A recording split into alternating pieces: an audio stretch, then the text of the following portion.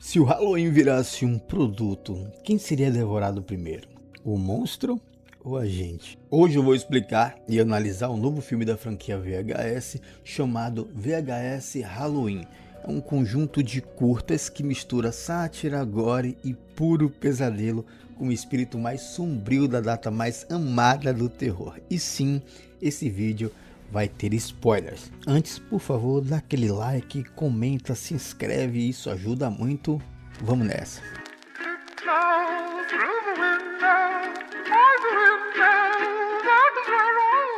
A franquia VHS nasceu em 2012 e ficou conhecida por ser uma antologia de terror em found footage, ou seja, cada filme é formado por várias histórias curtas, todas gravadas com câmeras amadoras, VHS, celulares, câmeras de segurança ou qualquer equipamento possível dentro da narrativa.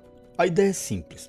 Cada segmento mostra uma gravação amaldiçoada, perdida ou escondida, que nunca deveria ter sido vista. A série passou por altos e baixos, mas sempre manteve um núcleo criativo de cineastas independentes com liberdade total para experimentar. O primeiro filme veio em 2012, VHS, que é o início de tudo, com o conceito das fitas, das cenas, da maldição. Depois, em 2013, um ano depois, saiu o VHS 2, que é mais intenso e com um famoso culto demoníaco. Em 2014, sai o VHS Viral, que é o mais experimental. E ficamos 6 anos sem nenhum filme, até que em 2021 saiu o VHS 94, com um retorno triunfal da franquia, com histórias como o icônico Hal Hotman. Mais um ano se passou e saiu o VHS 99, que mergulhou na estética caótica do final dos anos 90. Em 2023, o VHS 85 volta aos anos 80 e explora paranoia e tecnologia. Em 2024, a gente teve o VHS Beyond, que é o mais sci-fi, mais cósmico. E agora, em 2025, a gente teve o VHS Halloween, que traz o terror de volta para a data que deu origem a quase todos os filmes de terror, nossos pesadelos mais modernos. E dessa vez são 6 histórias, incluindo a história principal, e todas ligadas pelo tema de Halloween e do consumo do medo, etc. A primeira história serve como moldura do filme, chamada Diet Ghost, ou Fantasma Diet. Ele acompanha uma empresa chamada Octagon, que está testando um novo refrigerante, que é um produto literalmente feito com espíritos. Durante os testes, cada pessoa que toma a bebida sofre mutações ou mortes grotescas, tipo cabeça puxada, lata que atravessa a garganta, gosma preta saindo por todo lado. E o mais perturbador, que é o tom cínico da sequência, porque os cientistas aqui não ligam para a morte, eles só querem lançar o produto. Assim, eu entendi que parece ser uma crítica direta à indiferença corporativa, ao consumismo, à ideia de etc. Tipo, exagero a ponto de chegar a querer corporativizar o sobrenatural. Mas o que realmente a gente quer ver é o horror e o terror. Então, visualmente, é uma mistura de um horror psicológico com o body horror, o horror corporal. E até funciona muito bem como uma paródia moderna a Halloween 3, onde a própria tradição vira produto. No fim dessa história, uma criança consegue beber o refrigerante e se torna possuída, o que simboliza a vitória da indústria sobre qualquer valor humano. Ou não, até porque parece que todos foram de base. É uma das melhores histórias de fundo da franquia? Talvez não, mas tem uma energia visual sensacional. E o primeiro conto principal aqui é o Cuti Cuti Cu, que mostra 2 amigas adolescentes que decidem sair para pedir doces uma última vez antes de irem para a faculdade. E o que começa com uma noite nostálgica acaba se tornando uma jornada grotesca sobre a infância que recusa morrer. E você não sabe o quanto é literal essa parte de a infância que recusa morrer. Quem me acompanha no YouTube ou no Instagram, mais no Instagram, sabe que eu sou cagão. Eu tenho medo de filme de terror, eu sou bem impressionado. E essa história em particular me deixou assombrado. Essas 2 meninas são avisadas por crianças mais novas que elas estão velhas demais para isso. E são mesmo. E que a mamãe vai pegá-las. Pelo que a gente entende, a mamãe é um ser sobrenatural que aparece no Halloween. E ignorando os avisos, elas entram numa casa estranha com cheiro de leite azedo e paredes cheias de fotos de bebês. Eu sei que no Halloween as pessoas gostam de assustar umas às outras e que nos Estados Unidos isso tem uma cultura muito forte, mas parece que a galera perde o senso do perigo nessa época. Talvez porque tudo pra elas pode ser apenas uma brincadeira, mas eu jamais entraria numa casa tão sinistra quanto aquela. Elas entram, aí descobrem uma criatura conhecida como Mamãe,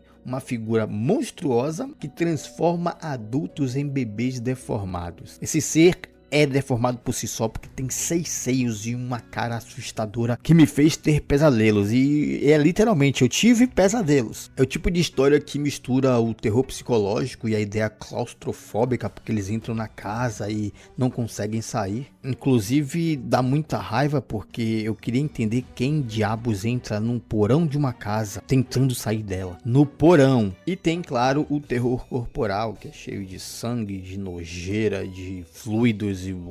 Tem certos momentos bem perturbadores. Eles escolheram uma ótima história para começar. Essa história em si tem uma atmosfera bem nojenta, bem nojenta mesmo. Inclusive a cena do feto, quando o feto cai, quando o feto tá no berço, aquele negócio é muito bizarro. O que deu para entender aqui que a história é sobre uma mulher que se matou para ser livre. Não sei se ser livre da maternidade fez algum sentido. Eu morri para me libertar. Porque o fantasma dela acaba sendo um fantasma que busca por filhos. Quanto mais filhos, melhor. Então não dá pra entender muito bem o propósito desse espírito, mas que é bizarro, é. O segundo conto chama Ut Supra Sic Infra. E falar isso me dá medo. Em latim significa simplesmente assim como acima, assim embaixo. Assim como em cima, assim que embaixo. Alguma coisa do tipo. Mas por que essa frase é tão bizarra? Bom, vamos lá. A história fala de um grupo de jovens que invade uma mansão abandonada que pertencia a uma médium. Lá eles encontram uma sala secreta com símbolos, câmeras e um telefone antigo desconectado. Não tem fio, o mecanismo está quebrado, só que ele começa a tocar depois que o carinha lá, principal, ele recita essa frase 3 vezes em voz alta. Ut Supra Sic Infra. Eu não vou repetir isso mais não. Deus é mais, tá? Repreendido em nome do Senhor Jesus. Jeová Rafa Nissi, Shalom Madonai, me proteja. Foi depois dessa história que eu dei pausa no filme e só fui terminar agora pela manhã. Você é babaca! Ut Supra Sic Infra. O terror aqui acontece em 2 tempos, no passado, com a gravação dos acontecimentos, e no presente, com os investigadores tentando reconstruir o que aconteceu ali, que foi um massacre. Tem o último sobrevivente, ele matou geral lá e ele tá dizendo pro policial, eu matei. A galera fala, você matou, mas não faz sentido. As coisas aqui não parecem que aconteceu assim, não tem como você ter feito isso sozinho. Era pro moleque que dizia assim, mas eu não fiz sozinho, eu fui possuído, mas ele ficou calado porque provavelmente ninguém ia acreditar. Aqui a gente tem um clássico do terror, que é um bando de adulto que não acredita nos jovens e que acabam sendo mortos por não acreditar nele. O último sobrevivente é possuído novamente e repete o ciclo vomitando os olhos das vítimas e matando todos os policiais. Essa história aqui é um pouco mais lenta e atmosférica, lembra muito filmes como Hack ou O Chamado. Eu achei a direção fantástica porque trabalhou muito bem o silêncio, a tensão, a ideia ocultista. Essa história não tem uma grande reviravolta. Na verdade, você até entende o que está acontecendo e já prevê o que vai acontecer no final. Aqui o roteiro e direção foi bastante safo. Eles não investiram em plot twist, mas investiram em uma das cenas mais chocantes do filme, que funcionou muito bem, com um respiro sombrio entre os segmentos mais caóticos. Essa história é a minha preferida. E essa... oh meu Deus do céu, a parte que ele vomita olhos... dá nojo. A terceira história é a pior de todas e eu detestei. O roteiro, a edição já não foi bom. Dava pra perceber que foi bastante amador. Você sentia os cortes das câmeras como se fossem má continuações. E a dublagem não ajudou. Mas vamos lá, a ideia aqui também não é assustar. E o diretor aqui, ele é um diretor muito bom. Ele é o Casper Kelly. Ele é o mesmo criador de Too Many Cookies e outros bizarrices do Adult Swim. Então ele tem um histórico bacana. Mas aqui acho que ele fumou orégano, sei lá. Aqui um grupo de jovens encontra uma tigela cheia de doces com uma simples regra. Um por pessoa. E eles obviamente quebram a regra e são sugados para dentro de uma fábrica psicótica comandada por um tipo de mascote demoníaco. O curto ele mistura comédia e um horror bastante absurdo, que tem mortes completamente insanas, incluindo uma cena em que uma personagem explode depois de ser recheada de doces pelo Forebs. Então, visualmente, é o segmento mais colorido e exagerado do filme. E talvez, eu disse talvez, funcione como uma pausa cômica antes da parte mais pesada. Mas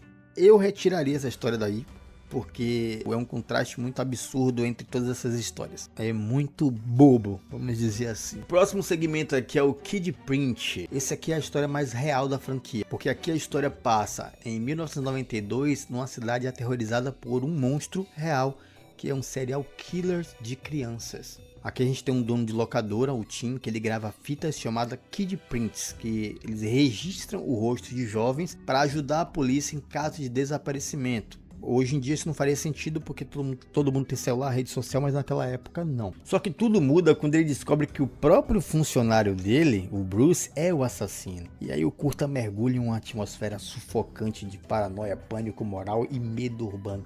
Bruce grava torturas em fitas, ele usa a pele humana como máscara e no final, que é terrível, ele incrimina o patrão, que é morto injustamente enquanto o verdadeiro assassino se passa por vítima. É muito triste, o final é muito triste, porque eu fiquei morrendo de pena da família do cara, que acha que ele era o assassino, o serial killer da cidade, sem falar que a mulher e filha dele sofrem ataques dos moradores por causa disso. Aqui a gente não tem monstros sobrenaturais, só o horror humano mesmo. É o tipo de história que faz a franquia VHS parecer mais perigosa do que divertida. Assim, eu entendo até porque tanta gente considera essa história a melhor do segmento do filme, até porque pode acontecer. O último conto é o House Haunt, a casa que acordou, ela traz de volta um pouco da leveza, mas sem perder o sangue. Ela também é um pouco tipo a que eu falei que eu não gostei, mas essa aqui pelo menos tem mais terror.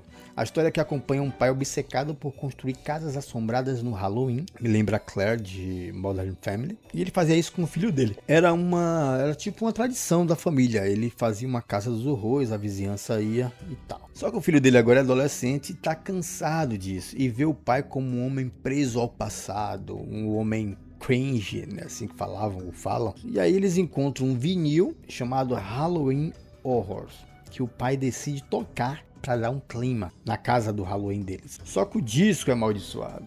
E aí faz com que todos os monstros e decorações da casa ganhem vida. E aí, essa aqui é para quem gosta de gore, velho. Muito sangue, muito membro desmembrado, muita gente desmembrada, fantasma, bruxa, zumbi e até a casa inteira se movendo como um organismo vivo. É um caos, há também um toque emocional, né? Um contraste entre o amor de pai, o filho, a obsessão por manter essa tradição que já deveria ter acabado. No mais, é um filme bom, sabe? Pra quem gosta de gore, é bom. Pra quem tem medo como eu, evite. Quer mais análise de antologias de terror?